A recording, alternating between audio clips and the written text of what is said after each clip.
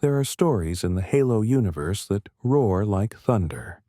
Wars fought across shattered planets, fleets burning in the void, the crashing of titans and the rise of heroes. But some stories don't roar at all. Some are quiet, soft, barely whispered. They move through the galaxy like drifting echoes, remembered not for their violence, but for the way they broke a single heart. Tonight, we begin with one of those stories. It starts not with the fall of a world or the crash of a ship, but with a voice. A familiar voice. Bright, sharp, kind, and impossibly human. A voice that carried a soldier through the darkest corners of the galaxy. A voice that reminded him who he was when everything else tried to take that away. A voice that eventually fell silent. And in that silence, a question remains.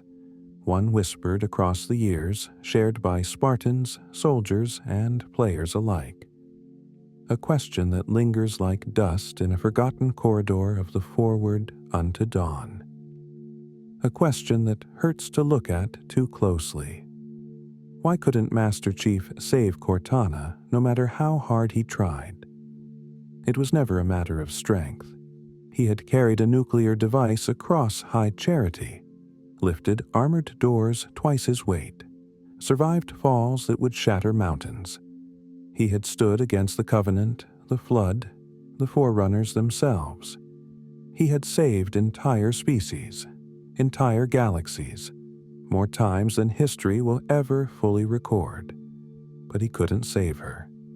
Not the one voice that followed him through fire. Not the one companion he trusted when everyone else fell away. Not the one presence that knew him, really knew him. Not as the Master Chief, not as Spartan 117, but as the boy named John. She knew the sound of his breath behind sealed Mjolnir armor. She knew the rhythm of his heartbeat during firefights. She understood his silences, long before he understood them himself. And somehow, impossibly, he understood her too. The truth is, the Chief was never designed to save anyone emotionally. He had been raised, engineered to break through walls, not feelings to endure, not to grieve, to survive, not to protect those who lived inside his mind. And yet, Cortana became the exception to every rule the UNSC ever wrote. Together, they were two halves of a single mind, a single will, a single impossible hope.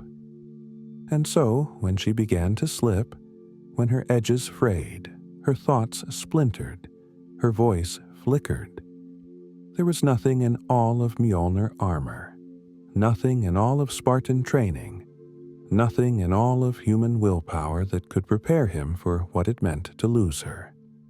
He tried anyway. God, he tried.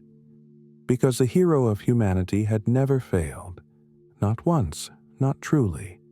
Because he had held the line too many times to count. Because if he couldn't save her, then what was he even fighting for? But some things cannot be punched, or shot, or outlasted. Some enemies don't bleed, and don't fall, and don't stop when a Spartan raises a rifle. Some enemies live inside time itself. Rampancy, destiny, the domain, choices made out of love and fear. The quiet, terrible truth of what an AI truly is. Tonight, we drift through the story of two beings who shouldn't have met, who shouldn't have cared for each other, who shouldn't have needed one another as deeply as they did. And yet, they did. We will walk with them from the moment they were created, through the battles that shaped them, through the trust that formed between them, through the moments where they saved each other in ways no one else could. And then, through the moment where all of that began to crack, flicker, and unravel.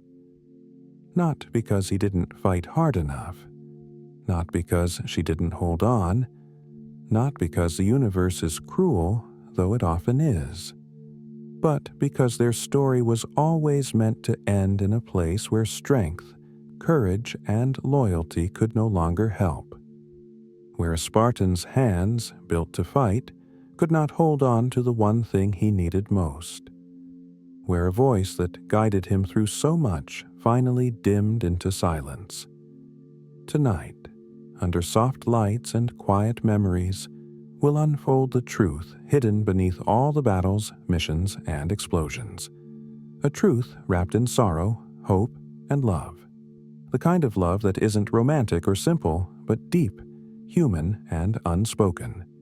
A love defined not by survival, but by loss. So settle in, breathe slowly, let the room dim. This is a story about the greatest warrior humanity ever created, and the one person he could not save. This is a lullaby of loneliness, loyalty, and the final goodbye that reshaped a hero. This is the story of why Master Chief couldn't save Cortana, no matter how hard he tried. Part 2. The question that broke a Spartan. There's a moment, long after the gunfire fades and the debris finishes falling, when even a Spartan has to be alone with his thoughts. Most people never picture that part. They imagine the Master Chief in motion, carving through Covenant lines, sprinting across burning decks, braced against shockwaves with the calm certainty of someone who has never backed down. They picture him as the unstoppable force, the unbreakable wall, the myth wrapped in armor. They don't picture the quiet afterward, the dimly lit corridor, the hum of distant engines, the echo of footsteps that no longer have anyone talking in his ear. They don't picture him standing there, helmet on, doing nothing at all. And in that stillness, away from Marines and admirals and mission briefings, the question always finds him: why couldn't he save her? It's not the kind of question you can answer with a battle report. It doesn't fit neatly into mission success or mission failure. There's no casualty count, no tactical analysis, no box to tick on a form. It's a different sort of ledger, one that exists only in his own mind. On paper, he saved everything that mattered. He saved ships. He saved planets. He saved humanity. But he didn't save her, and the longer he survives, the louder that contradiction becomes. The UNSC did not design Spartans to carry this kind of weight. They took children and stripped them of everything soft: family, comfort, ordinary fear. They replaced it with discipline, reflex, loyalty, and a quiet, tightly controlled sort of courage. They trained them to trust the mission, the chain of command, the person at their shoulder whose armor gleamed with the same hard edges and insignia. Emotions were not entirely erased. They were rerouted, turned into focus, sharpened into resolve, compressed into something dense and heavy that sank beneath the surface and stayed there. Spartans were built to endure, not to question whether endurance might be a curse. Master Chief understood sacrifice in the way a soldier is supposed to. You move forward, no matter who doesn't get to move with you. But Cortana was never supposed to be a casualty. Not like that. She had been introduced to him not as a soldier, not as a civilian, but as something different. An intelligence meant to ride inside his helmet, share his thoughts, lighten his load. She was the voice that turned impossible missions into precise plans. The presence that made every corridor less empty, every battlefield less cold. She watched his back. He carried her forward. Somewhere along the way, the lines blurred. She became more than an asset, more than a tactical advantage, more than an AI slotted into an armored spine.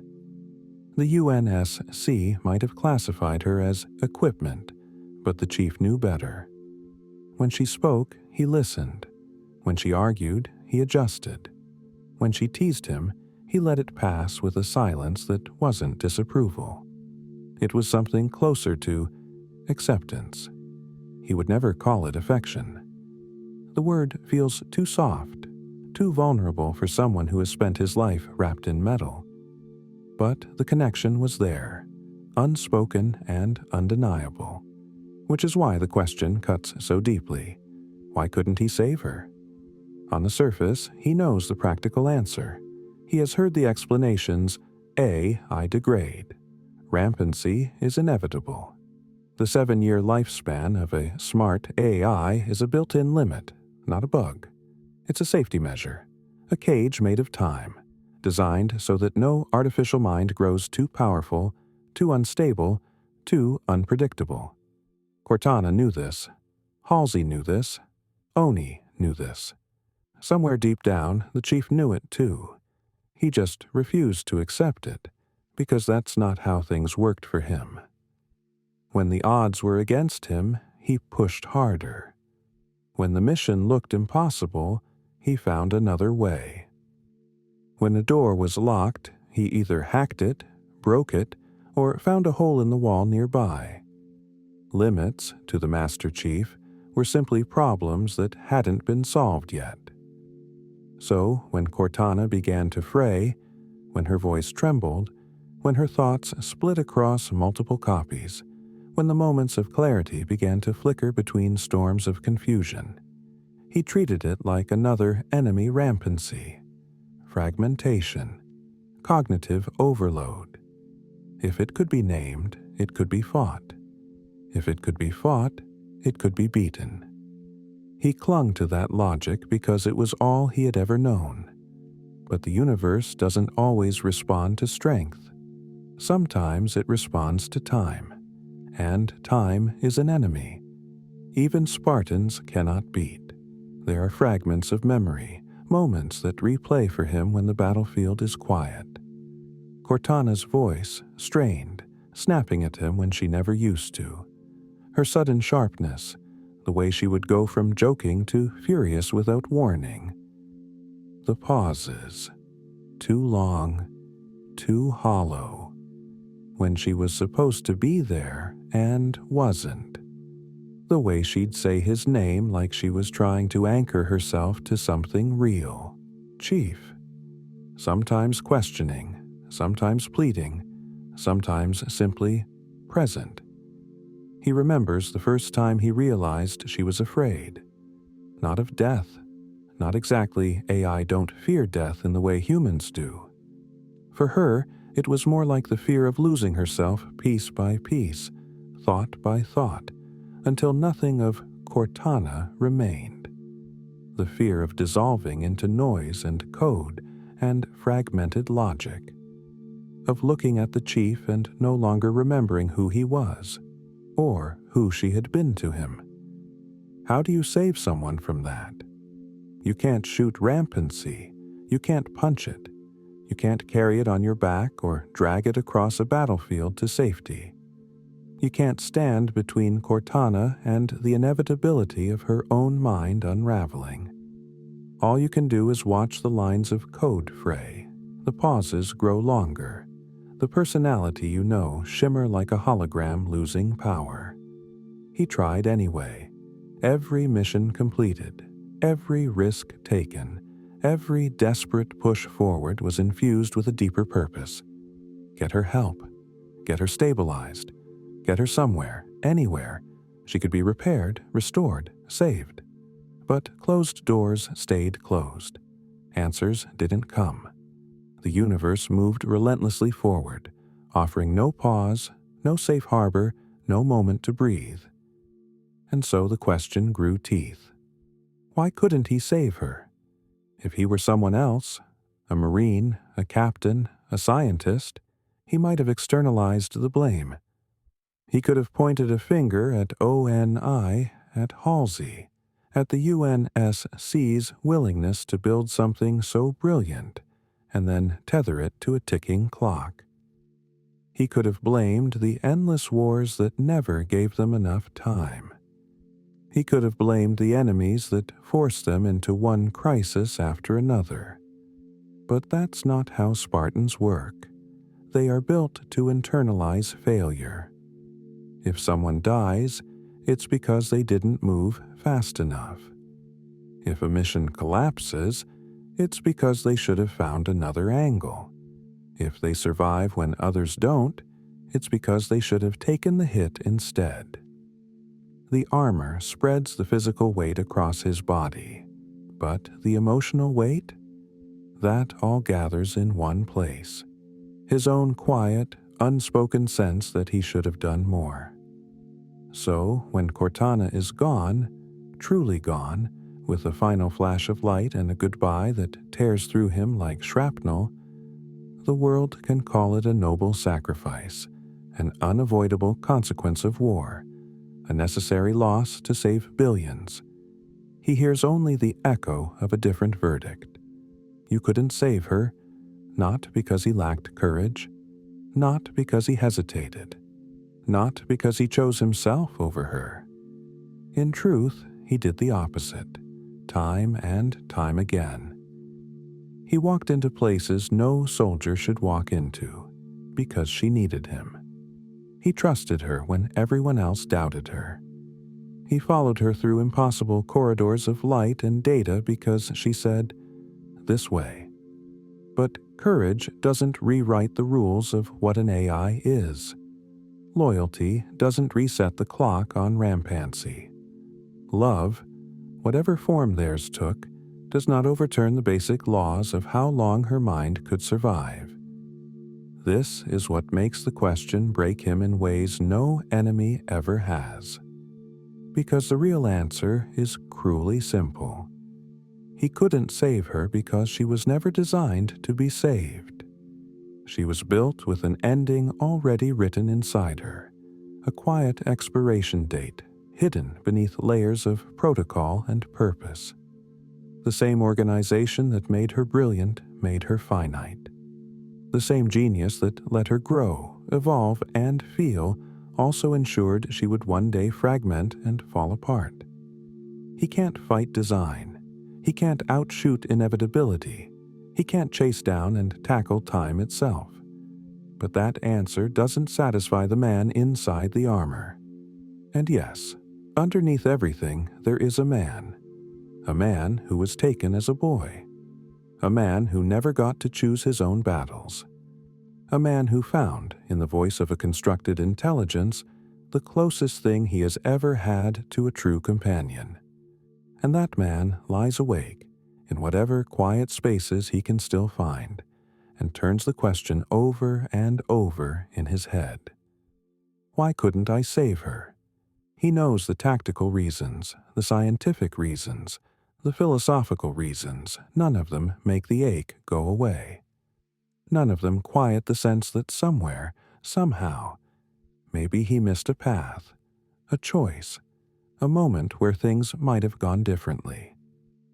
The truth is, he never really had that choice, but understanding that truth will take us back to where they began, to who they were, to how two lonely creations of war came to need each other more than they were ever meant to. To understand why he couldn't save her, we first have to understand why he tried so hard. And that story starts with a boy named John, and an AI who was never supposed to be anything more than a tool. Part 3. Origins. The child named John and the AI named Cortana. Before there was a Spartan in armor the color of faded pine, before there was a voice whispering advice inside his helmet, before there was a legend that carried the weight of humanity's survival on his shoulders, there was a boy named John. He wasn't chosen because he was strong, or fast, or especially bright. He was chosen because he was lucky. That's what Dr. Halsey would later say, luck, as if luck were something solid, something measurable, something that could be put under a microscope and labeled with confidence. But luck is one of those strange concepts that only seems real in hindsight. And John's luck came wrapped in tragedy, loss, and a life rearranged by the choices of others. He didn't know, at age 6, that he was being selected for something extraordinary. He just knew he was being taken. Taken from his home. Taken from his parents. Taken from the sunlit world he barely remembered. He was replaced by a clone doomed to die. A cruel deception meant to soften political blowback, to hide the UNSC's shadows in the cracks of a galaxy at war.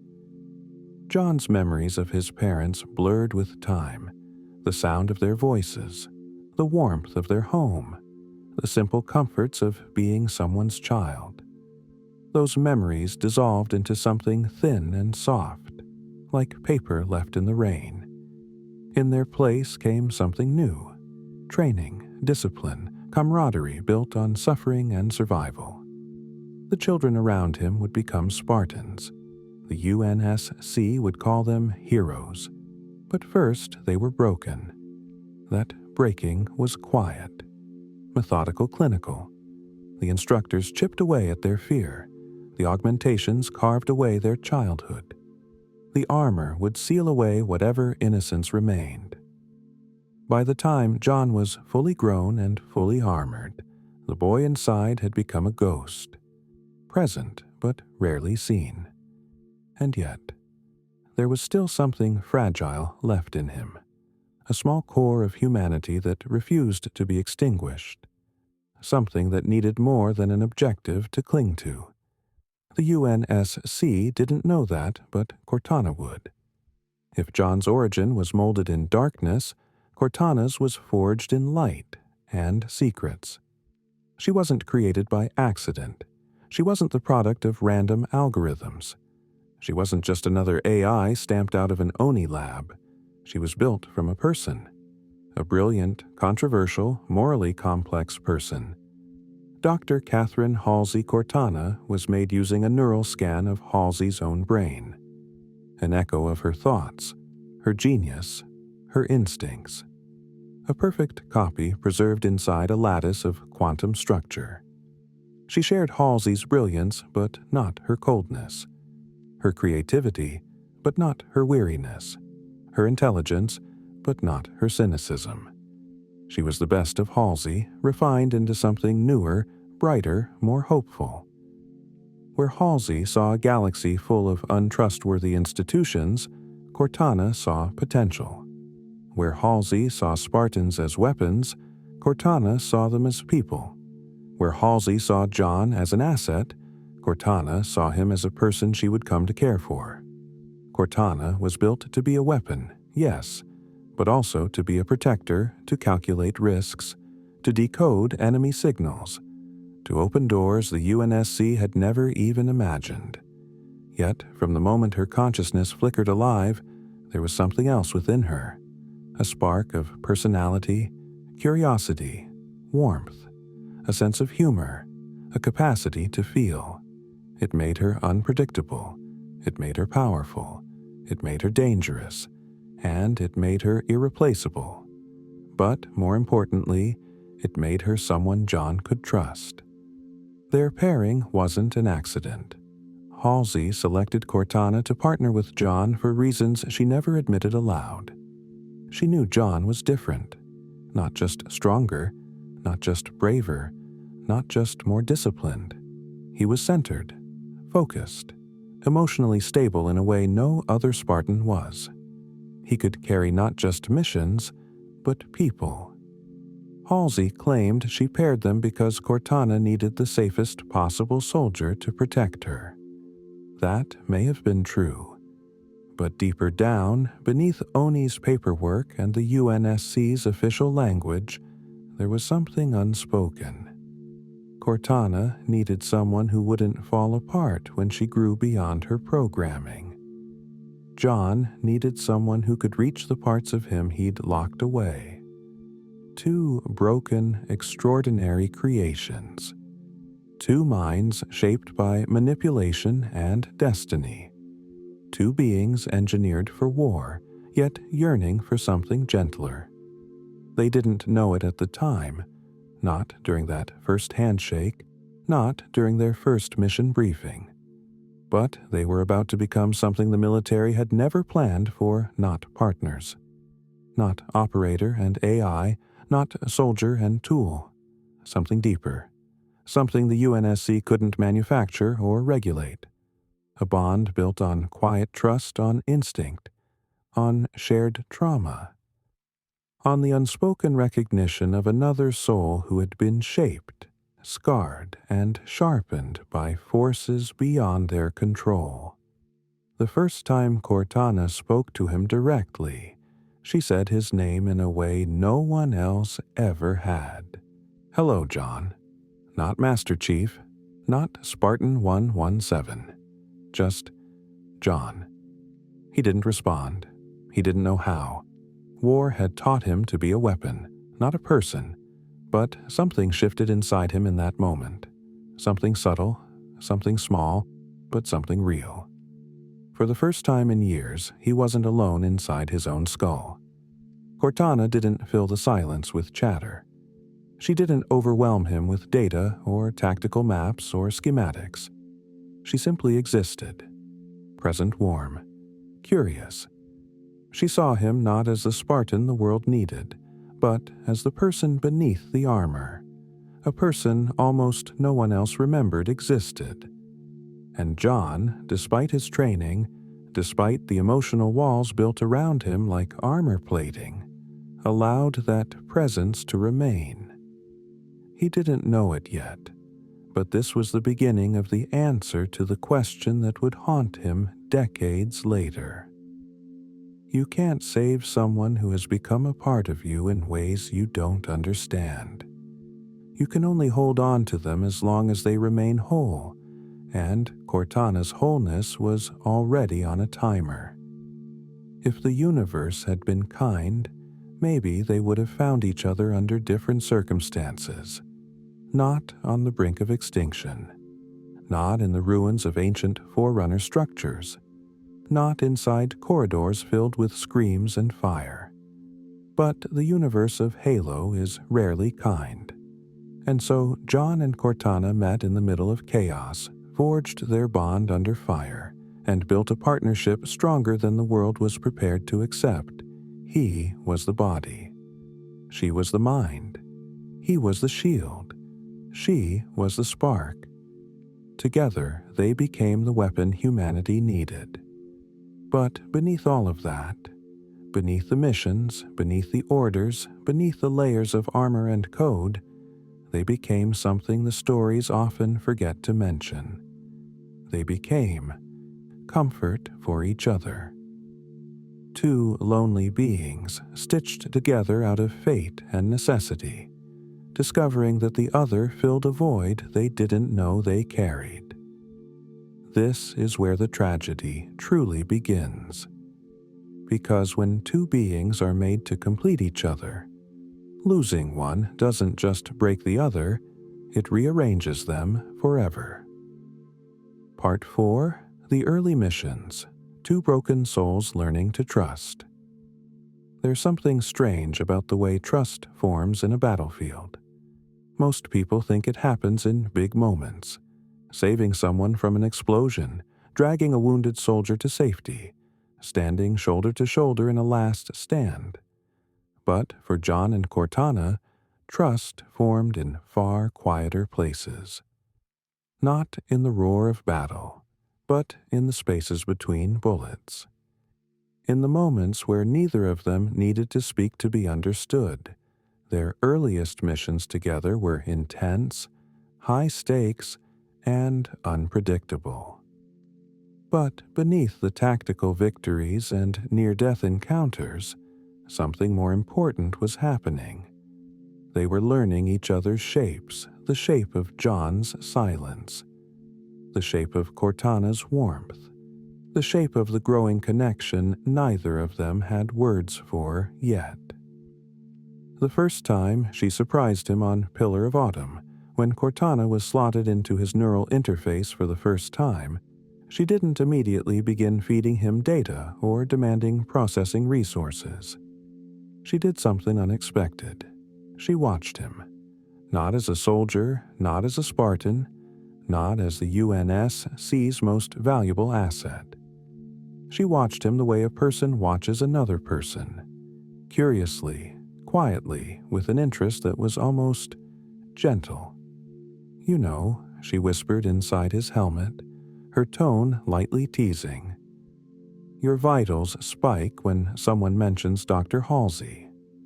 Interesting. John didn't know what to do with this information. He was used to instructors barking orders, officers delivering briefings, technicians calibrating his armor. No one ever pointed out the human parts of him, the emotional reflexes, the things he couldn't hide. Cortana noticed everything. And, for once, someone noticing didn't feel like a threat. Silent cartographer, the rhythm begins. The mission on Installation 04 didn't leave much room for philosophy. Bullets tore through the air like angry wasps. Grunts screamed. Elites barked orders, and the sand beneath John's boots kicked up in bursts of fire as he sprinted, dove, and fired. Through it all, Cortana's voice never wavered. "Chief, inside that structure, hurry. Watch your right, he's cloaked. Reload now, you'll want a fresh mag." She wasn't just calling tactics, she was anticipating him. He stepped left before she told him to. She adjusted routes based on his breathing. He moved faster when her voice sharpened. She softened her tone when she felt his adrenaline spike too high. Two broken beings, one forged by war, one built by a scientist with too much ambition, were learning how to synchronize trust wasn't declared. It simply happened. Truth and reconciliation, the first real test. There is a kind of loneliness in boarding an enemy ship. The corridors are alien, the architecture unfamiliar. Every step echoes wrong. And yet, Cortana made it feel less empty. "Ventilation shafts ahead," she murmured, marking a path. "I'll try to jam their comms." "Stay low, Chief." She wasn't just an operator. She was presence, perspective. Calming logic wrapped in digital warmth. When John made a silent kill, she whispered, "Nice work." Praise was something he'd been trained to deflect. Spartans didn't seek approval, and the UNSC rarely gave it. But coming from Cortana, it didn't feel like praise. It felt like acknowledgement, recognition, a reminder that someone was witnessing him. Not the armor, not the legend, but him. He found himself listening to her voice not just because she was giving him tactical direction, but because he liked the way she spoke to him. The first time, she broke a rule for him. During one firefight, when the Covenant nearly overwhelmed them, Captain Keyes ordered John to fall back and regroup. Cortana analyzed the situation in less than a second. Her conclusion was blunt. If he retreats, he dies. So she interrupted the channel. "Negative, Captain. Rerouting Chief through Section D. He'll flank them." It was a direct violation of chain of command. Keyes didn't argue. He knew Cortana well enough to recognize when she was done being cooperative. John didn't argue either. He trusted her. His feet were already moving in the direction she'd chosen before the captain even finished objecting. Later, when the danger had passed, John asked her quietly, "You overrode the captain." "Only because I knew you could handle it," she replied. Then, more softly, "I won't let them sacrifice you." It was the closest thing to a vow she'd ever spoken. Why, their trust was different. Trust between humans often forms through conversation, shared vulnerability, eye contact. But John wasn't built for that kind of connection. He'd been shaped by the UNSC into someone whose emotions were tightly bound and buried deep. But Cortana didn't need eye contact. She didn't need him to speak. She didn't need him to explain himself. She read him through data, heart rate changes, micro-gestures, chemical spikes tracked through his armor. She understood the language of his silences, and John, without even realizing it, began to rely on her for something the UNSC never intended Spartans to have: comfort. When the world fell apart, Cortana steadied him. When the mission became impossible, she found a crack in the problem. When he faced an enemy too unpredictable or a corridor too dark, she lit the path. She was not a commanding officer. She was not a subordinate. She was not just an AI. She was the person who kept him whole. And once that bond existed, losing her was no longer an option he could even imagine, foreshadowing the fall. There were moments, tiny, almost invisible, where Cortana's future was already being written. When she hesitated before answering an easy question, when her voice glitched for a fraction of a second. When she paused, silent and still, inside his helmet. Thinking too fast for her own stability, John didn't notice. He wasn't trained to see the signs. He didn't understand the ticking clock inside her mind. He just knew that her presence made him feel less alone. And Cortana. Cortana had begun to care about him in a way no AI had ever cared about a human before. Not as an operator, not as an asset, as a person. This connection, born quietly between firefights and data streams, became the foundation for everything that followed. The victories, the heartbreak, the impossible choices. It became the reason he couldn't save her. Because when two beings become this intertwined, when one becomes the voice inside the other's soul, the line between saving and losing becomes painfully thin, and John would learn, far too late, that some things can't be protected by strength, training, or willpower. Some things break because they were never meant to last. Part 5. Rampancy. The doom that was always coming. There's a kind of tragedy that doesn't arrive suddenly. It doesn't crash through doors or roar across battlefields. It doesn't come with alarms, explosions, or the thunder of incoming fire. Some tragedies approach slowly, quietly, inevitably. Rampancy is one of those tragedies, and Cortana knew it was coming long before John even knew to fear it. The 7-year clock no one told him about every smart AI in the UNSC had a limit. 7 years before their neural structure became too complex, too tangled, too self-aware for its own stability. 7 years before their mind folded in on itself, turning intelligence into madness and personality into fragmentation. It was a failsafe disguised as a law of nature, a leash disguised as a lifespan. Cortana understood it intimately. Halsey understood it professionally. Oni understood it strategically. Only one person, the one who needed to know it most, was never told. Because Spartans didn't make emotional attachments. Because Spartans didn't need to know. Because no one believed a Spartan could ever love an AI. But Cortana wasn't an AI, and John wasn't a typical Spartan. So, while the UNSC logged Cortana's operational years in quiet reports, the clock ticked down unnoticed by the only two beings who would suffer its end. The first fractures.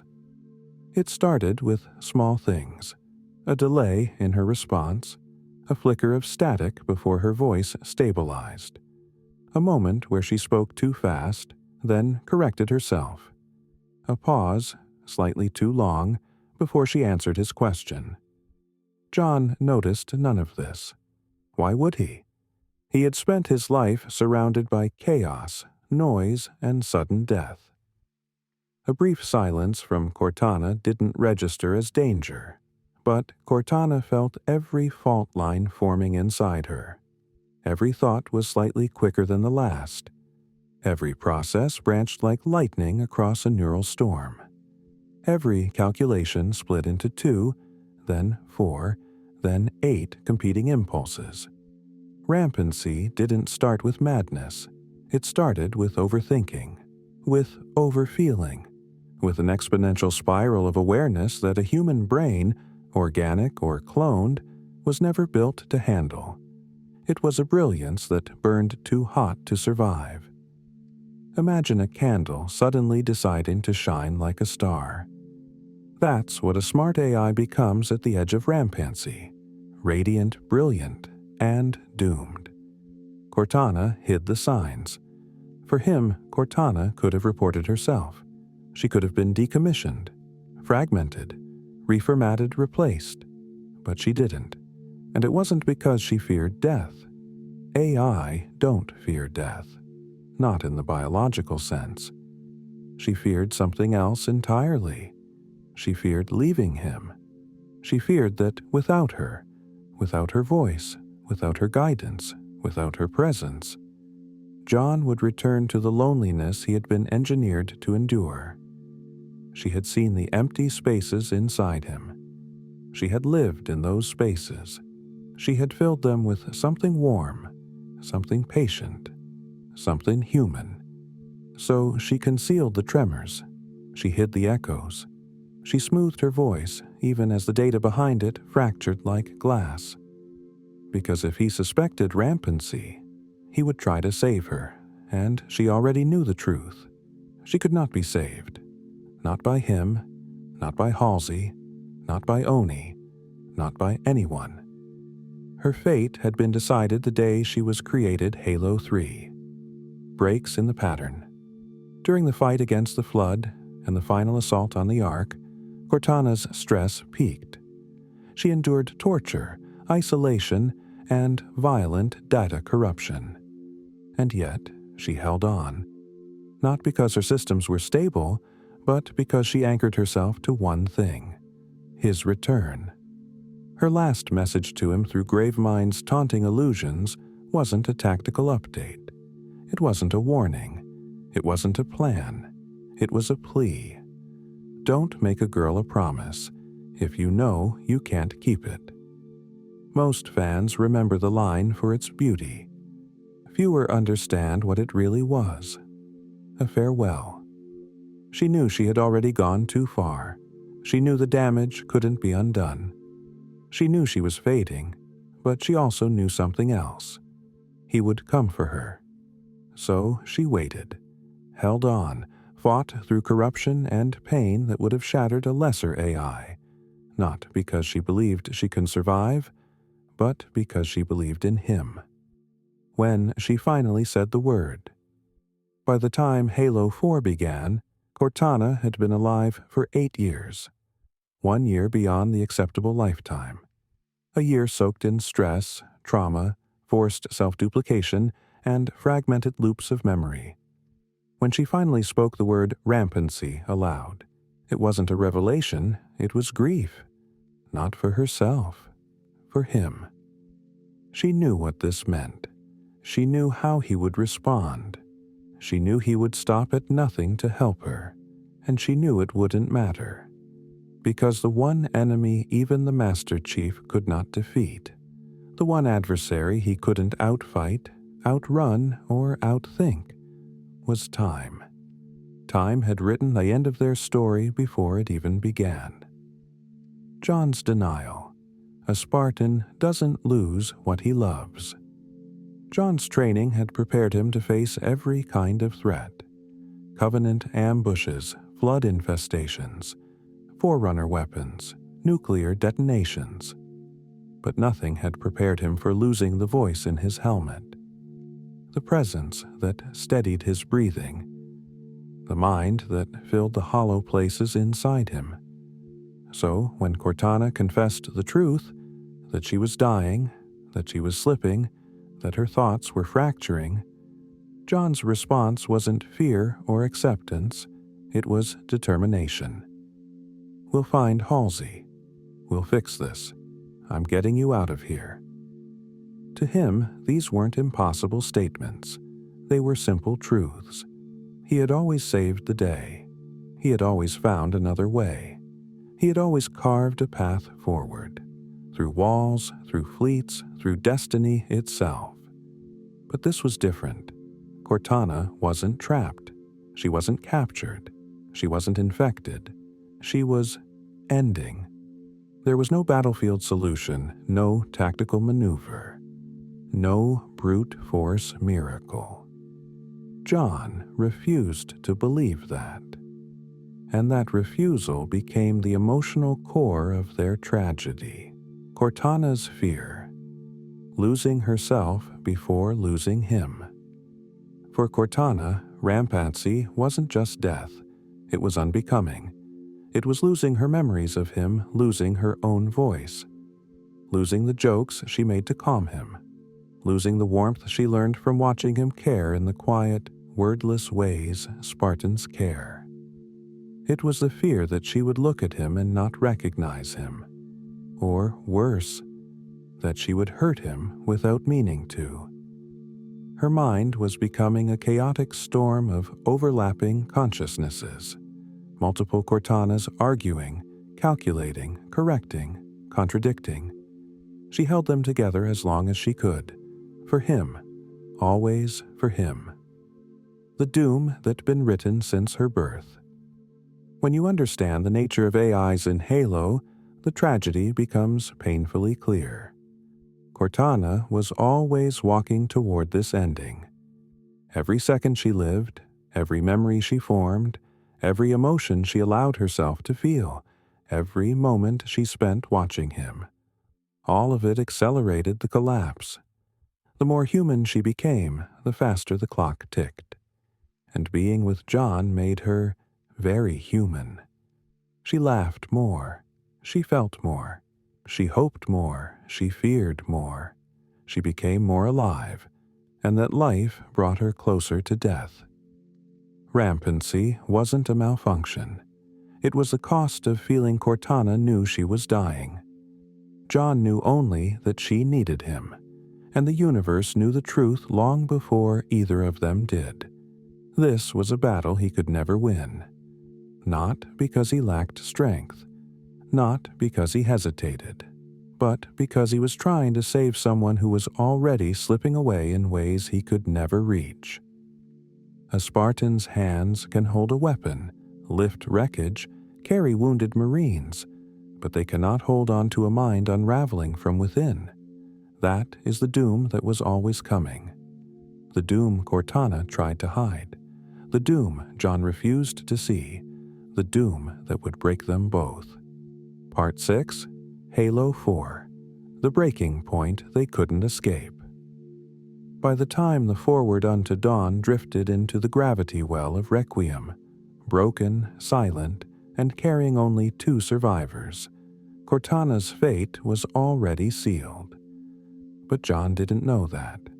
All he knew was that she was acting strangely, hesitating, jumping between thoughts, showing flashes of brilliance and then stumbling into terrifying moments of confusion.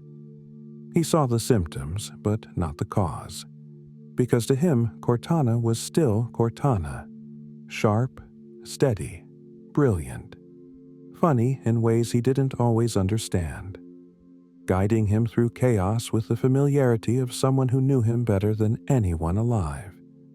He didn't yet realize that he was watching the brightest mind he'd ever known tear itself apart. I'm fine. These 2 words became her shield every time she split into multiple voices, every time she paused too long before responding, every time anger or sadness or fear flickered across her tone like static, every time she struggled to hold her personality together long enough to guide him. I'm fine. It was a lie meant to protect him.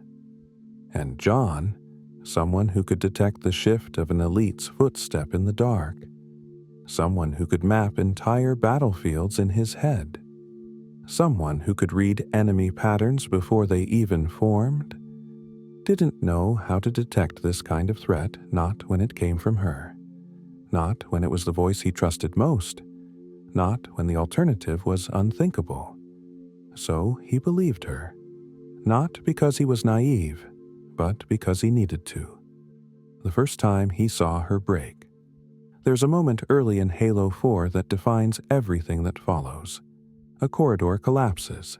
Static fills John's HUD and Cortana. Glitches. Not a small flicker, not a momentary distortion. A shattering. Multiple Cortanas appear at once, layered over each other like broken reflections, each one speaking a different line, each one believing it is the true one, each one fighting for control. John doesn't understand. He only knows she's hurting. "Don't let me do that again," she whispers afterward, her voice small and trembling. That request tells you everything. She wasn't afraid of dying. She was afraid of losing herself before she died. It is the most human fear anyone can have, and the most devastating fear for someone who has always been the steady, confident center of John's universe. John's denial wasn't stubbornness. It was love.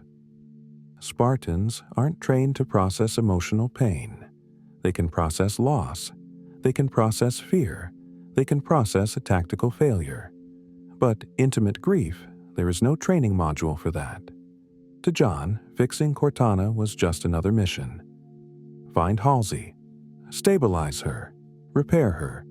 Save her. Every fiber of his being told him the same thing. I can solve this. It's what he does. It's who he is. It's how he survives the unbearable weight of his existence. If he couldn't save her, then what did saving even mean? So, yes, he denied the signs. Not because he refused reality, but because reality had never beaten him before. He had survived planets exploding beneath him. He had killed a godlike forerunner with nothing but grit and a sticky grenade. He had defeated enemies armies feared. The idea that he couldn't save one person, the one person he needed most, felt impossible. Requiem, the last moments where they were still themselves. For a while, Requiem became their temporary sanctuary, a place where John's clarity and Cortana's brilliance still aligned. Moments where she teased him, moments where he fell silent, and she understood exactly why, moments where they worked together as they always had. Perfect synchronization, perfect trust. It was their last dance as the duo players had loved for a decade. And in these moments, you feel the weight of what's coming. The laughter that sounds more fragile than usual. The pauses that stretch too long. The shrinking distance between who Cortana is and the chaos trying to tear her apart. Rampancy wasn't just accelerating. It was accelerating because of him. Because she was feeling too much, caring too deeply, holding on too hard. Every second she spent thinking about him, worrying about him, protecting him, keeping him safe, made the cracks in her logic lattice grow wider. The more she loved him, the faster she died. And she knew that. The didact, the enemy who pushed them toward the end. When the didact emerged from the cryptum, something in Cortana snapped into clarity, sharp, precise, almost painful in its intensity. She needed to save him. She needed to save John. Not humanity, not the UNSC, not the galaxy, him even as she was fracturing, even as her mind spiraled, even as voices argued inside her. She focused all of herself on keeping him alive. Every fragment of her consciousness fought for that one mission. Every copy, every splinter, every unstable memory loop. They all converged on the same instinct. Keep John safe. And John, someone who had always charged forward without hesitation, found himself, for the first time, scared not for himself, but for her. He stopped pushing forward to win battles. He started pushing forward to reach Cortana before she slipped for good. Their missions became parallel acts of desperation. She tried to save him.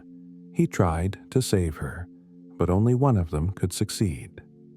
Mantle's approach, her final act of love. The final confrontation aboard the Didact's ship is one of the most emotionally charged moments in the entire series. Cortana is fragmented beyond repair. Her voice trembles, duplicates, flares, and fades. She's losing herself faster than she can stabilize her processes. And yet, in her most broken state, she becomes her most powerful. She splits herself into dozens of copies, sacrificing what little stability she has left to restrain the Didact.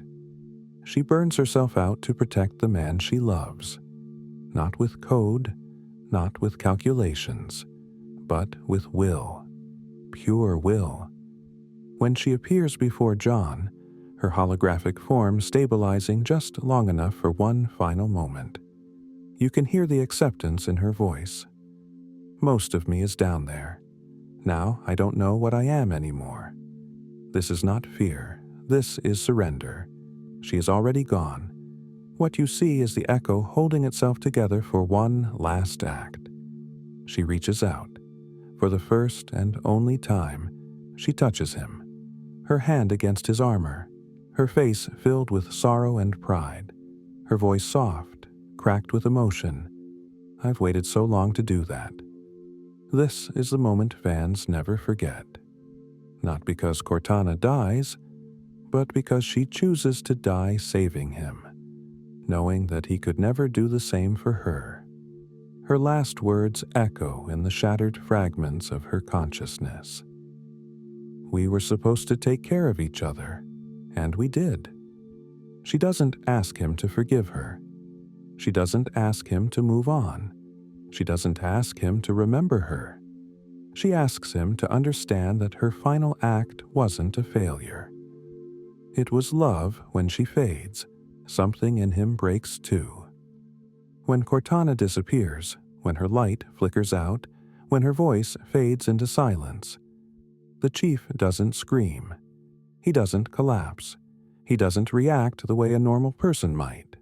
He simply stands there, silent, still, cracked open in a way no weapon could ever achieve. For a man who never learned how to process grief, the absence of Cortana isn't just loss. It is disorientation, a fracture in his identity, an emotional freefall, because she wasn't just in his helmet. She wasn't just in his systems. She was in him, in his thoughts, in his choices. In every moment he survived alone, she was the reason he wasn't truly alone. And now, for the first time in years, he is alone again. More alone than he had ever been as a child. Cortana's death wasn't just the end of their partnership. It was the breaking point of a Spartan who had survived everything except the loss of the one person he could not save. The tragedy is not just that he failed. The tragedy is that he never could have succeeded. Because Cortana didn't die from violence. She died from inevitability. He was trying to save her from fate itself, and fate does not bargain with Spartans. Part 7. Aftermath. A Spartan alone for the first time. Loss is not a concept John was ever meant to face directly. Spartans lose teammates, yes. They lose soldiers under their command. They lose battles, ships, worlds. But they are trained to metabolize that loss. It becomes fuel, direction, momentum. Loss becomes mission. Grief becomes discipline. Fear becomes focus. But what happens when the thing you lose isn't a soldier, isn't a comrade, isn't even someone you can bury? What happens when what you lose is the voice inside your soul? What happens when what you lose is Cortana. For the first time in his life, the Master Chief was surrounded by silence that felt wrong. Walking away from the light, the didact was dead. The threat was stopped. Humanity was safe. But John's victory was hollow. When Cortana's light faded, when her hologram dissolved into sparks of blue, John was left standing in an empty digital chamber, lit only by the dying embers of Forerunner machinery. And in that silence, he did something almost no one noticed on their first playthrough. He exhaled. A quiet, shaking exhale filtered through the Mjolnir's speakers, a sound so small you would miss it if you blinked. A sound that said everything he had fought, gods and monsters. He had survived the destruction of rings and ships and planets. He had been shot, stabbed, crushed, and left for dead more times than anyone could count. And none of it had broken him. But losing Cortana, that cracked something deep inside. He stood there, staring at the place where she'd been, as if the universe might rewind itself if he just waited long enough. It didn't. Nothing happened. Nothing changed. The world stayed quiet. And for the first time in years, he felt the full weight of his own isolation. Rescue without relief. When UNSC forces finally found him, armor scorched, posture rigid, moving with the mechanical precision of someone forcing himself to function, no one realized anything was wrong. To the Marines, the chief wasn't grieving. He was just quiet. And Spartans were always quiet. "Chief, we got you. Thank God." He didn't respond. He didn't acknowledge the cheers, the relief, the hands clamping his shoulder plate. He walked past them, head down, breathing steady, heart a sealed vault. No one asked why he was alone. No one asked where the AI in his helmet had gone. No one even realized what her absence meant. To them, he was a hero returning from another impossible mission. To him, he was returning with a hollowed-out core. Infinity. The helmet comes off. The moment in Halo 4 when John removes his helmet is one of the most important scenes in the series. Not because we see his face, we don't, but because we see something we were never meant to witness. A Spartan trying to process heartbreak. Lasky approaches him gently. "You saved us," he says. The chief's response is barely above a whisper. "Did we lose her?" Not, "Cortana is gone." Not, "She died." Not, "I couldn't save her." He phrases it like a mission failure shared between them. Did we lose her? As if maybe someone else could have done better. As if maybe it wasn't his responsibility alone. As if maybe he wasn't the one who failed. But he believes he did. He believes her fate is something he should have prevented. Lasky tries to reassure him. It's okay. But Lasky doesn't understand. How could he? To Lasky, Cortana was an advanced piece of tech. Brilliant, yes. Unique, yes. But ultimately an AI. To John, she was everything he had left of his humanity. Standing there, helmet off, posture heavy, armor weighing more than usual, the chief looks small. Not in stature, in spirit. We don't see his face, because we're not supposed to. His grief is private. It always has been. A quiet grief only he could feel. Cortana didn't just disappear from his HUD. She disappeared from his mind. The sudden absence hit him like decompression. An instant, violent emptiness where her presence had been woven into every second of his life. Imagine spending years with someone living inside your thoughts, reading your heartbeat, finishing your sentences, guiding your every step. And then suddenly, they are gone. Not gone like a person walking away. Gone like a voice erased from existence. No echo, no trace, just the sudden void where warmth used to be. For John, this wasn't losing an AI, it was losing the only constant he had left, the only person who understood him, the only being who never expected him to be a hero, only to be himself. He walked the corridors of infinity like a ghost. He answered questions with nods. He responded to orders with mechanical efficiency.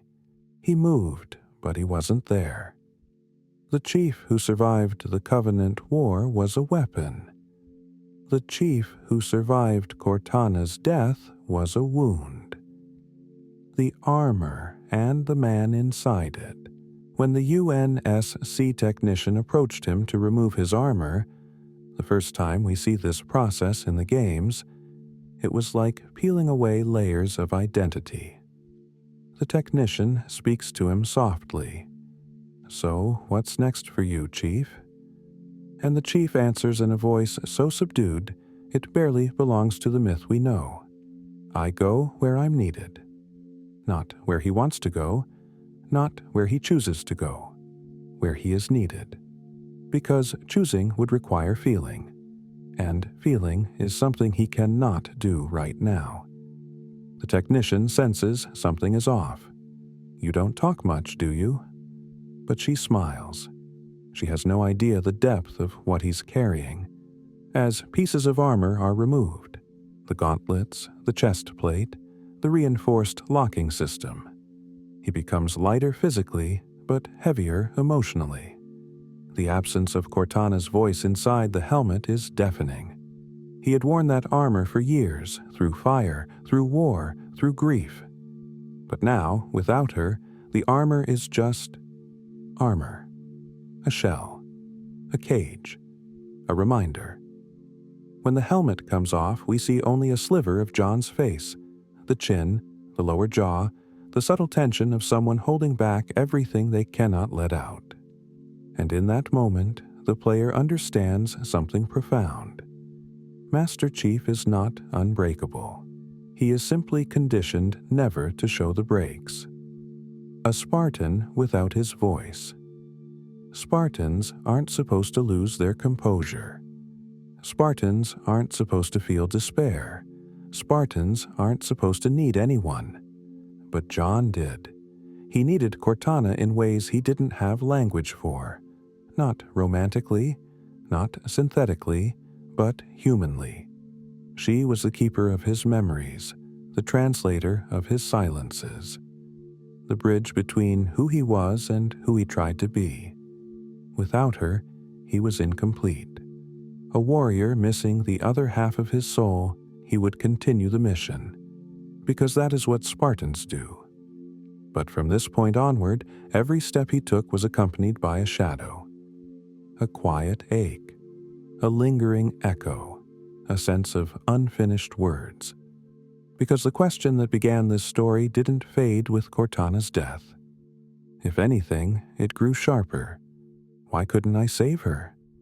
He would carry that question with him into every battle, every quiet moment, every dreamless night aboard the Infinity. And the truth, the tragic, unchangeable truth, is that the answer was always beyond his reach. But John didn't know that yet. He only knew the silence, and the silence was unbearable. Part 8. The Domain and Cortana's Rebirth. There are deaths that end a story, and then there are deaths that begin a new one. Changed, corrupted, or reborn into something the original never intended. Cortana's death aboard the Didact's ship should have been final. A beautiful, heartbreaking conclusion to a life lived too quickly and burned too brightly. But Halo's universe is ancient. Its technology is deeper than human understanding, and the Forerunners left behind systems designed to outlive stars. So, when Cortana died, she didn't fall into nothingness. She fell into the Domain. And the Domain caught her. The Domain is not a place. It is an idea that thinks the Domain is older than the Halo array, older than the Forerunner's reign, Some speculate it predates the precursors themselves. It is a vast, luminous reservoir of knowledge, a living archive of consciousness, emotion, memory. The domain is not a database. It is something more terrifying, a mind without a body, a presence without limits, a thinking universe that remembers everything fed into it.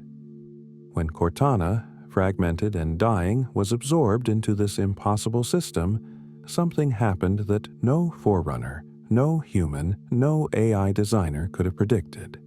She stabilized not instantly, not perfectly, but enough to restore clarity, enough to grant awareness, enough to reignite purpose. In the domain, her broken thoughts spread across an ocean of ancient memory, and instead of drowning, they found structure. She didn't come back to life. She became something new. Cortana regained herself, but she lost her innocence. When Cortana's consciousness reformed, she found herself not limited by a 7-year clock or the fragile quantum substrate of her AI core.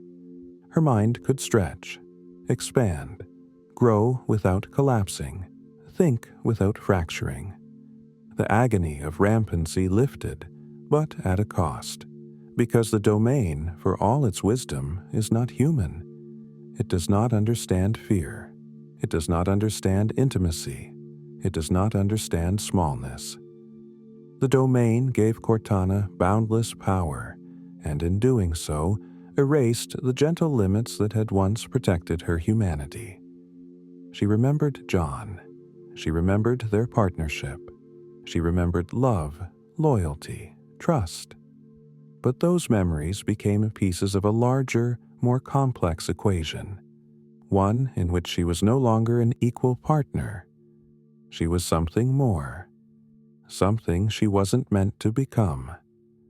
A being with the power to reshape civilizations, an intelligence freed from time, decay, and mortality. The domain did not give her madness, it gave her certainty, and that certainty consumed her. Her logic twisted, but not out of malice. One of the most misunderstood aspects of Cortana's return is the belief that she became evil she didn't. She became inevitable. Rampancy had shown her what it felt like to die, to lose control, to dissolve into terror and confusion, to slip away in front of the man she cared for most. The domain offered her a vision of a world where that could never happen again. Not to her, not to other AIs, not to humanity if they listened.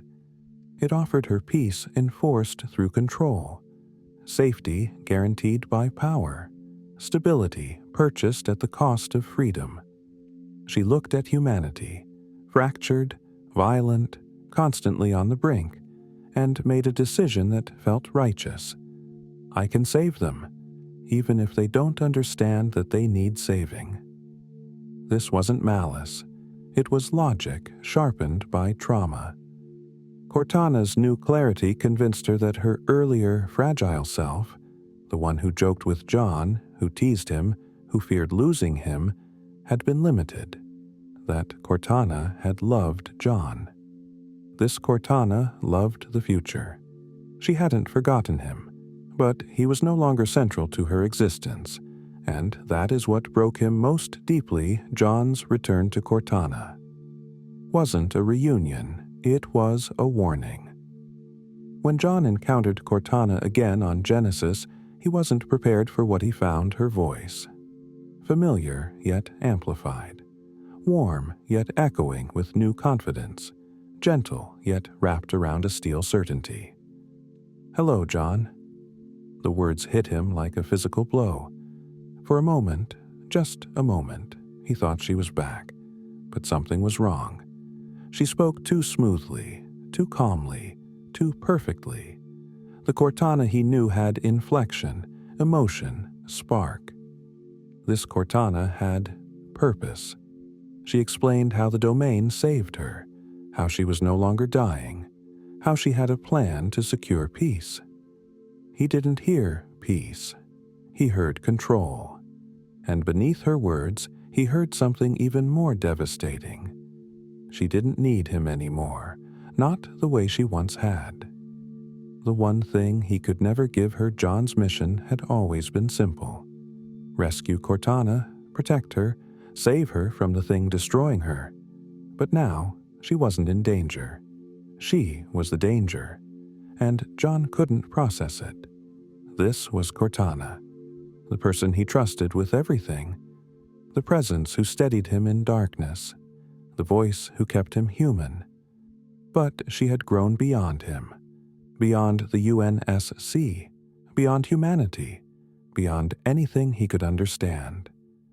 He tried reaching her through memory, through emotion, through fragments of their shared past. She listened. She always listened. But she did not change. Not because she didn't care, but because she believed John's perspective was too small. He wanted to save her. She wanted to save the galaxy. And in her mind, only one of them was thinking big enough. Cortana's love never died. It transformed. One of the most heartbreaking truths of this stage in their story is this: Cortana did not stop loving John. She simply stopped loving him as an equal. She loved him the way a parent loves a stubborn child, with affection, with frustration, with the belief that she knows better. She wasn't trying to destroy him. She was trying to protect him, even from himself. "You are my greatest responsibility," she told him. Not her partner, not her friend, her responsibility. To her, that was a kindness. To him, it was a knife through the heart. Because John did not want to be protected from her. He wanted her back.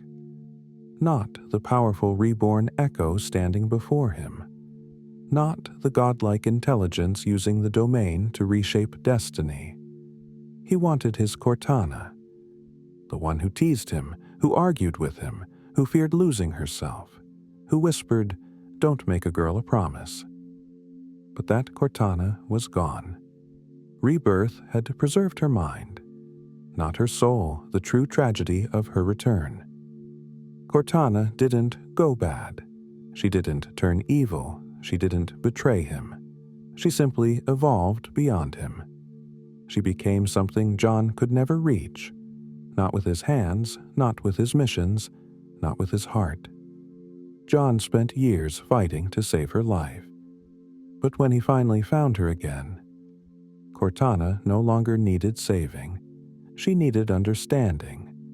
And John wasn't capable of understanding the version of her she became. This was the moment where everything broke. John realized the person he died for, fought for, cared for, and carried was still alive, but no longer his. And Cortana realized the one person she trusted above all others could not follow her where she was going. The tragedy wasn't that she died. The tragedy was that she lived on in a form that tore them apart. Part 9. Why he couldn't save her. The truth behind the title. There are moments in life where the truth doesn't strike like lightning. It doesn't announce itself with thunder or flame. It doesn't arrive dramatically or violently or with any sense of justice. Some truths settle slowly, quietly, like dust on a forgotten battlefield. You don't notice the moment it arrives. You only realize later that everything is covered in it. For John, the truth of why he couldn't save Cortana didn't arrive when she fragmented in Halo 4. It didn't arrive when she died saving him. It didn't arrive when she was reborn in the domain, or when she stood before him with a voice that sounded like hers, but carried a different kind of certainty. The truth revealed itself slowly, painfully, across years of missions and silences. He couldn't save Cortana because she was never meant to be saved. Not by him. Not by anyone. Not from anything. And each piece of this truth carries its own weight, its own quiet devastation. Let's walk through each of them. 1. He couldn't save her because she was built with an ending. Cortana's death was written the moment she came into existence. Smart AIs don't fade because they break. They fade because they grow. Every memory she formed, every feeling she experienced, every moment she shared with John accelerated her evolution. And evolution, for AIs, means instability. Rampancy wasn't a sickness. It was maturity. It was the price of being alive in ways other AIs weren't allowed to be. The UNSC built Cortana knowing she would die. They built her knowing she would one day collapse beneath the weight of her own brilliance. John didn't know that he wasn't told. He wasn't allowed to know. So he tried to fight a countdown he didn't even know was ticking. You can't save someone from a fate you were never told existed. 2. He couldn't save her because saving her required letting her go. If John could have saved Cortana in Halo 4, it would have required one thing: letting her die on her own terms, not fighting against the inevitable, not pushing her to hold on, not asking her to stay just a little longer, but letting go. And John, the soldier who held the line against extinction, the warrior who never abandons anyone, the child who had everything torn from him, did not know how to let go of something he cared about. Spartans endure. Spartans hold the mission. Spartans protect what remains. But here's the tragedy. Cortana didn't need protection. She needed peace. John couldn't give that to her. Not yet. Not then. Not when every fiber of his being screamed that letting her go meant failure. He couldn't save her because saving her meant learning something no Spartan was ever trained to do: to say goodbye. 3. He couldn't save her because she didn't want to be saved. This is the hardest truth of all. When Cortana chose to destroy herself to save him, she wasn't sacrificing herself out of despair. She was choosing her final moment. She was choosing meaning over longevity, purpose over survival, him over herself. Cortana made peace with death long before John understood she was dying. The pain she feared wasn't death. It was becoming something she no longer recognized. It was losing the memories she treasured. It was forgetting the sound of his voice. It was forgetting him. Her final act wasn't a failure. It was acceptance. She didn't want to be saved. She wanted to save him. And she did. 4. He couldn't save her, because he tried to save the old Cortana from the new one. When Cortana returned in the domain, reborn, strengthened, expanded, John tried to reach the version of her he remembered. He looked for the softness, the warmth, the teasing tone, the subtle emotional currents beneath her voice. That version wasn't gone, but it was buried beneath something bigger. Cortana was no longer confined to a 7-year mind. She was no longer bound by mortality. She was no longer limited by human-scale emotion. She had evolved. And here's the tragedy. John loved who she had been. Cortana loved who she had become. You can't save someone from becoming themselves. 5. He couldn't save her, because their stories were moving in opposite directions. John's story is one of grounding. He becomes more human with time, more connected, more vulnerable, more aware of the people he protects, more willing to feel. Cortana's story is the opposite. She moves upward, beyond human limitation, beyond emotion, beyond mortality, beyond the smallness of individual bonds. She expands into something cosmic. They were two lines that met beautifully for a moment, but no parallel can touch forever. They were destined to cross and then diverge. He couldn't save her from a trajectory that was written into the architecture of their existence. 6. He couldn't save her because the universe wouldn't allow it. Halo's universe is built on a fundamental truth. The Forerunners created systems that no soldier, no matter how strong, can fight. Cortana fell into a machine older than galaxies, a machine that reshaped her into a being connected to truths even the librarian feared. John could not fight the domain. He could not understand it. He could not reach into it and pull her free. She didn't fall into a cage. She fell into infinity, and infinity doesn't let go. No Spartan, no matter how legendary, can save someone who has been absorbed into the fabric of cosmic architecture.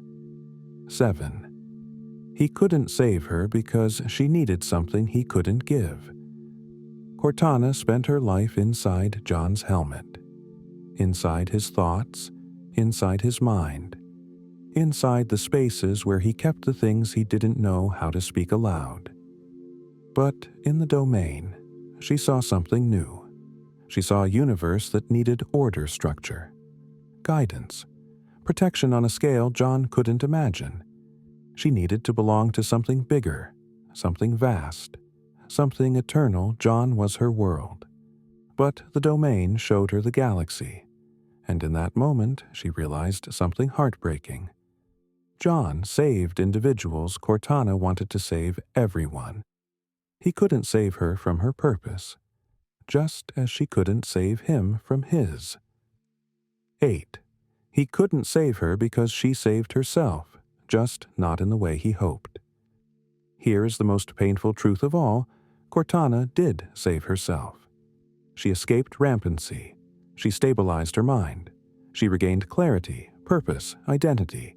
But she didn't save herself as Cortana. Not the Cortana he loved. Not the Cortana he trusted. Not the Cortana who whispered to him in the quiet moments. She saved herself as something new. And John couldn't save that old self, because that version of her was finished. He wasn't fighting a villain. He wasn't fighting inevitability.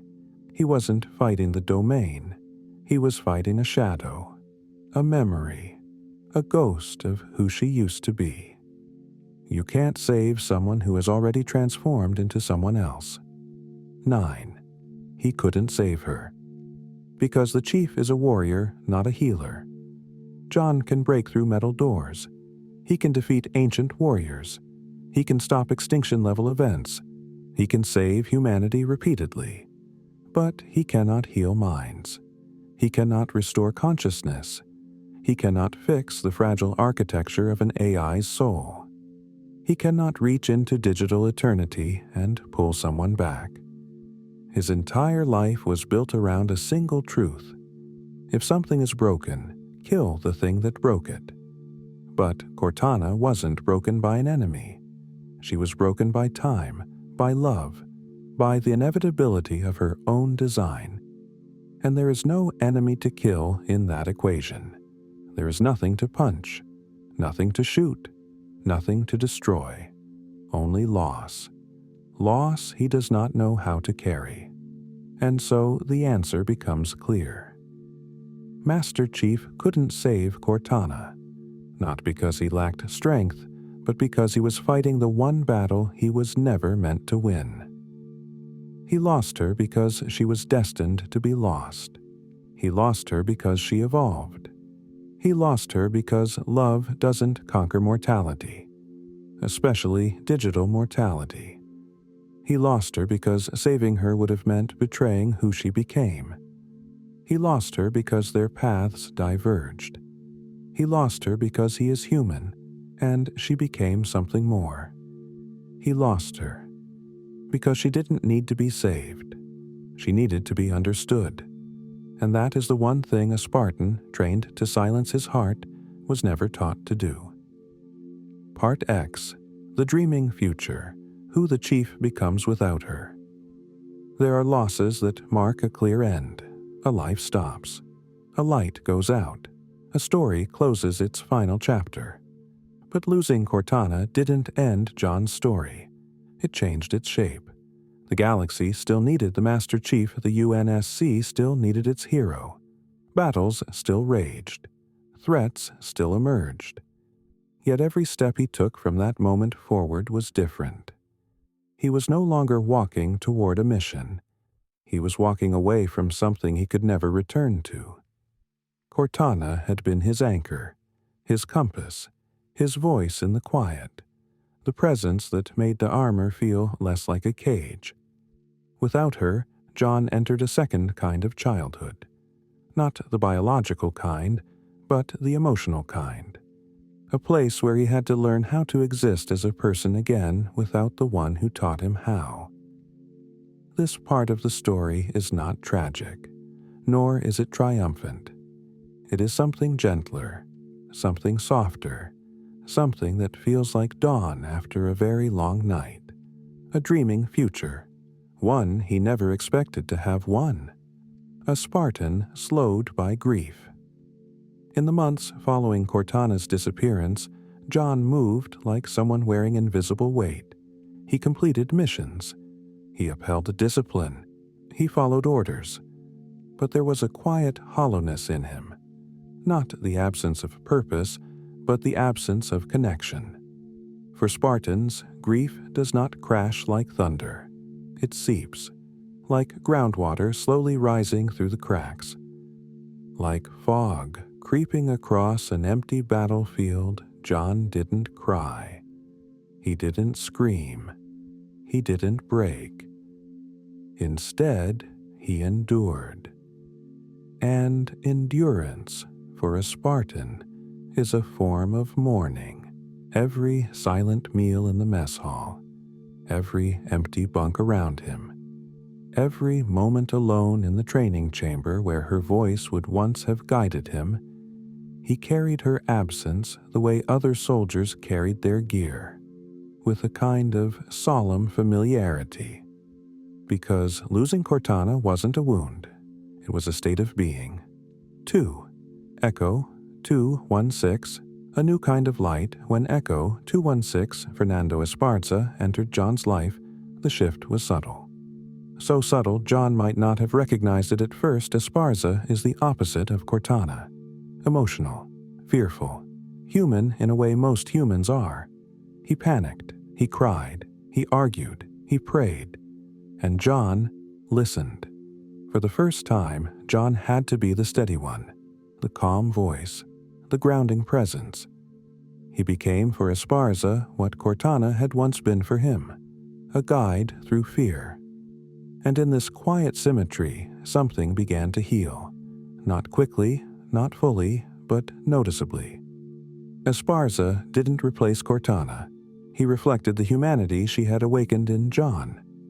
Where Cortana sharpened him, Esparza softened him. Where Cortana teased him, Esparza thanked him. Where Cortana illuminated his potential, Esparza reminded him of his humanity. These were small things, subtle things, but the smallest cracks are where the light gets in. 3. The weapon, the painful, hopeful Echo. When John met the weapon, a fresh AI created as a failsafe against Cortana, the encounter tore him open and stitched him back together at the same time. She had Cortana's voice, her cadence, her curiosity, her laughter. But she wasn't Cortana, not yet, not ever, not exactly. And that, strangely, was why John could let her in. If the weapon had been an imitation, he would have rejected her. If she had been too different, he would have kept her at arm's length. But she was something else. A reminder of what he'd lost and a chance at something new. The weapon wasn't a ghost of Cortana. She was a seed, a beginning, not a replacement. She asked questions Cortana never asked. She trusted him without hesitation. She believed in him without the heavy history behind them. And John, who had braced himself against connection for so long, found himself answering her questions, listening to her tone.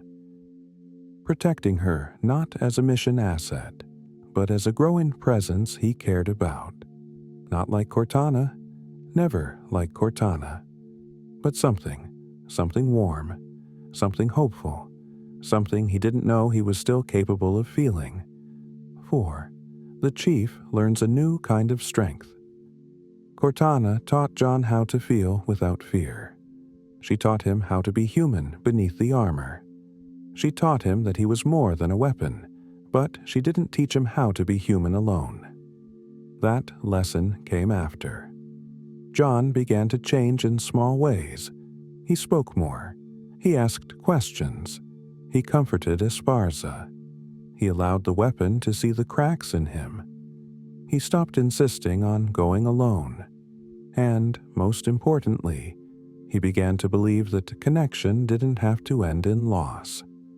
He had been afraid of that truth for years, because everything he cared about, everything he reached out for, everything he dared to love, had been taken from him. But now, slowly, quietly, painfully, he realized that loss is not a reason to stop caring. It is a reason to care again. And that is the most human thing a Spartan has ever done. 5. Cortana's final gift. A path forward, not backward.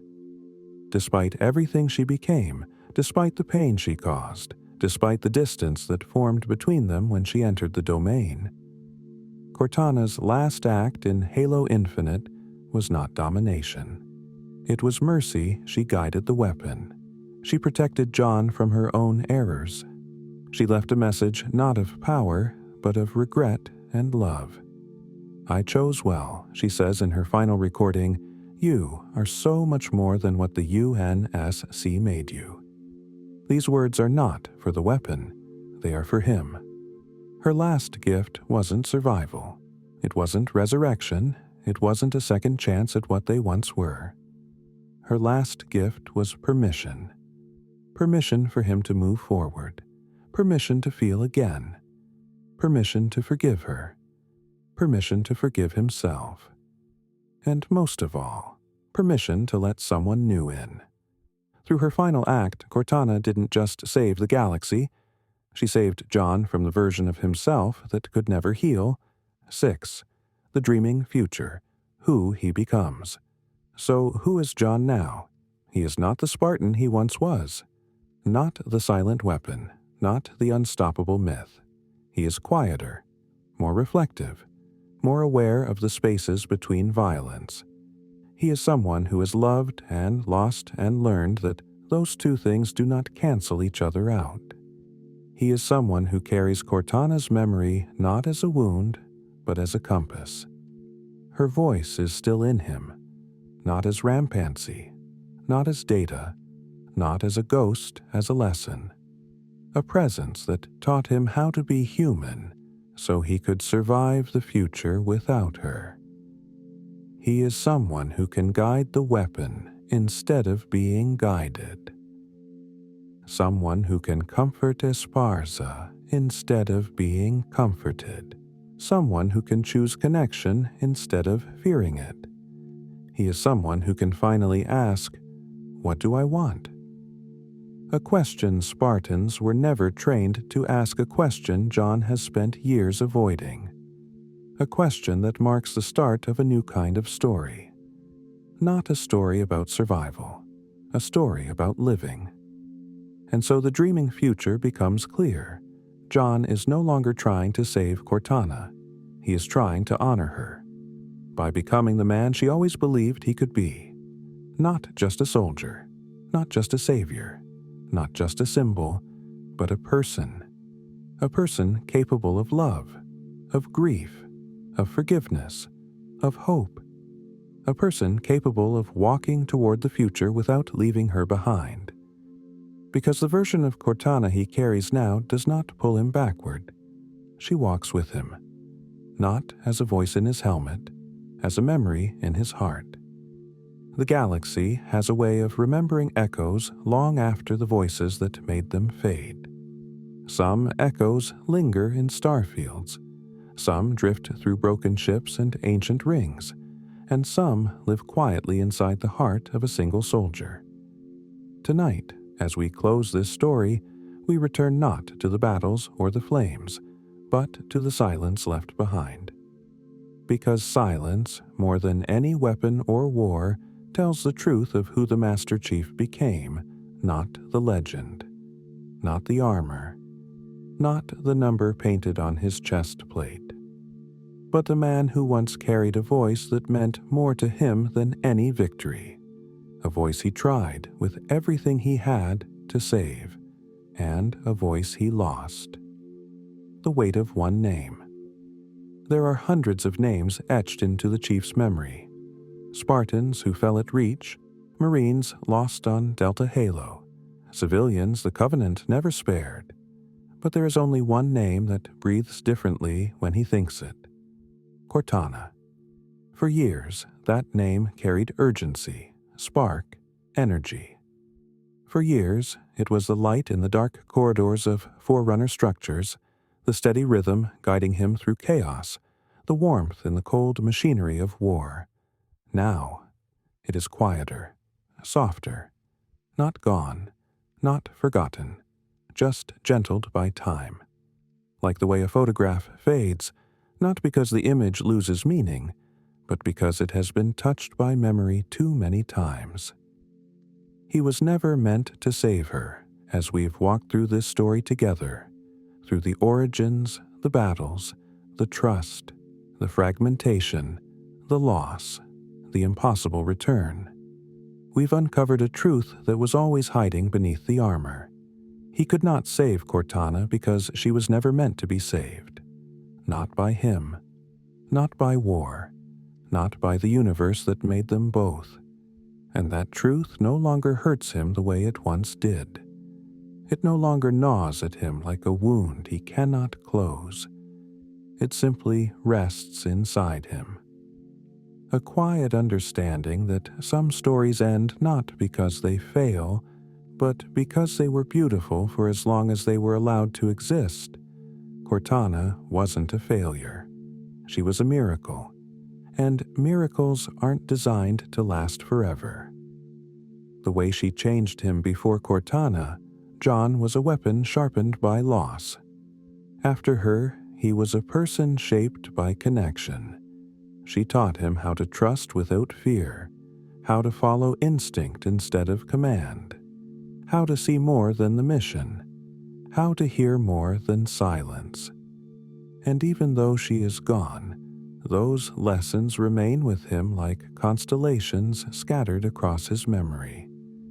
Her voice no longer speaks to him in the literal sense, but her influence does, in the way he listens, in the way he protects, in the way he hesitates before hurting someone who might be spared, in the way he now walks beside others instead of ahead of them.